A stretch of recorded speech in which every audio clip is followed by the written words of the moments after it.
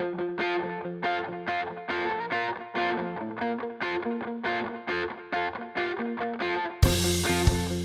are listening to your new Puppies podcast, starting you and your dog off on the right paw. Here's your host, Debbie Salento.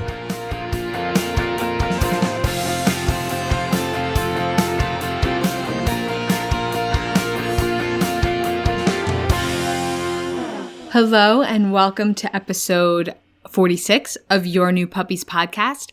I'm Debbie, and today we're going to talk about puppy biting or puppy nipping. Same thing. Essentially, when your puppy plays with you and it hurts, those puppy teeth are sharp and they might scratch you. They might even break skin and draw blood. He's not being aggressive. He's not attacking you. Our puppies just don't know how to play with us humans. We are little wimps in their eyes. So how you teach them how to play with you is pretty straightforward, but there are multiple reasons why you might struggle through it. So I'm going to go over both. So first, it's important to remember through all of this that we are teaching our puppy something new. They don't know how to play with their human family. They come to us only knowing how to play with their littermates and their mom. And their littermates and their mom have much tougher fur-covered skin than we do. And that's who they're built to play with and learn how to play properly with, not us. So we are teaching our puppy something brand new. So it's not about stopping the puppy biting. It's about teaching them how to play with us, which in turn stops the puppy biting, but we'll get to that. That's just the first thing I want you to remember because this is a very frustrating thing to deal with. Just about every puppy owner deals with it. It's up there with potty training. It's like just part of the journey. For some, it's an annoyance. For others, it might even be affecting your relationship with your dog, especially the kids and the puppy. This is where their relationship goes south very quickly, and as a parent, it's very disheartening to see because this takes a lot of patience and a lot of repetition, something that most of our children just aren't built for. And we'll talk about how to deal with that as well. Okay, so first let's talk about what do you do? How do you stop this? So when you're playing with your puppy and they bite you a little too hard, they hurt you, whatever it is, you are going to disengage. And that doesn't mean no, stop. Just like in other parts and other times I've talked about it, that's still attention. You're probably waving your hands around and making your 5-digit toys more exciting. You are going to become completely boring. What I like to do is I cross my arms and I kind of stick my hands under my armpits because now I'm hiding my hands because usually that's what they're going for. And I turn my back and I stick my nose up in the air like I'm fake mad at them.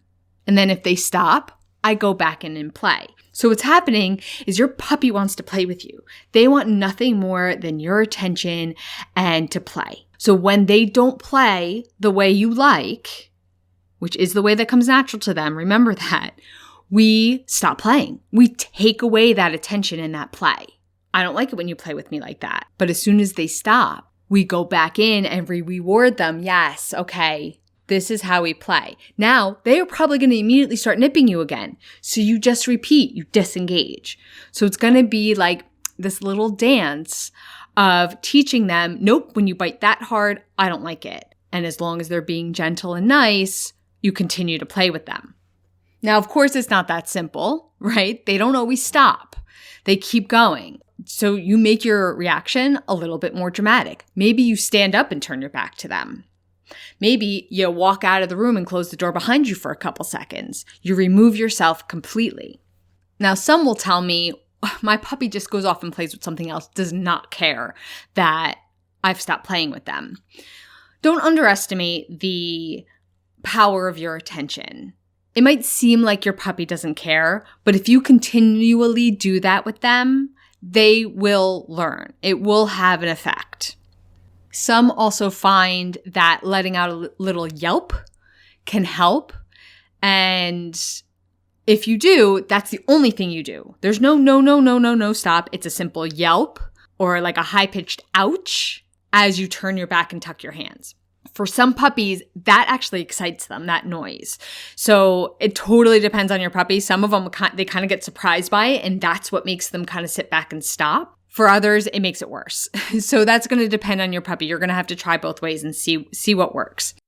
Now, keeping toys around is always a good idea because that can prevent the nipping altogether, especially with the kid. My 2 highest recommendations when it comes with the kids is that they always have toys to put between them and the puppy, and parents supervise.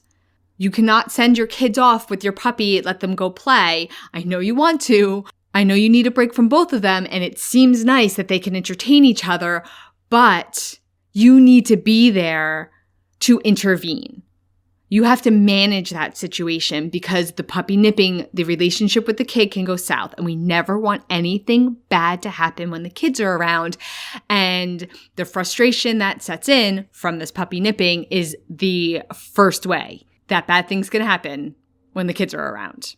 If they yell at them or they get mad at them, maybe they even throw the toy at them. This is where parent intervention and management of the relationship is the most important. Okay. Now, that's pretty much it. You're playing with your puppy, they nip, they bite you, you don't like it, you disengage. As soon as they stop, you reward them by going back in and playing. Now, the reason why you might still be struggling and you're like, Deb, that does not work. I've already tried it. First, this is not something that gets solved in a day. It is not something that gets solved in a week. This is something you're going to have to teach and manage for a good portion of your puppy's puppyhood. You're going to have to look for improvement. And they're going to get a little better and a little better and a little better and a little better, probably over a few months. Now, the other reason why it might seem like it doesn't work is because you are going to have bad days. Your puppy is going to have bad days. So maybe you're like, oh, this is so much nicer. They've stopped nipping. They're not too bad anymore. And then there's going to be days where your puppy just won't stop. And they've kind of regressed to maybe even before you started working with them. I find there's 3 top reasons for that. An overtired puppy will nip more. An overexcited puppy or a puppy that hasn't had enough exercise will nip more. And a teething puppy will nip more. So sometimes it's not about the nipping. It's about solving one of those 3 problems. So this is another reason why I love keeping track of your puppy's schedule and what you've done for the day. Because you might notice, oh, when we went to a soccer game this morning, or they had a puppy play date, or we took an extra long walk, they seem to nip so much more in the evening. It's possible they are overtired. Same thing, they might have too much energy. You know what? It was raining all day. We didn't get our walk. I worked late. They didn't get the exercise they need. I slept late. I didn't get to play with them this morning. All of those things might be why your puppy is having a bad day and they're just being so insistent on that nipping.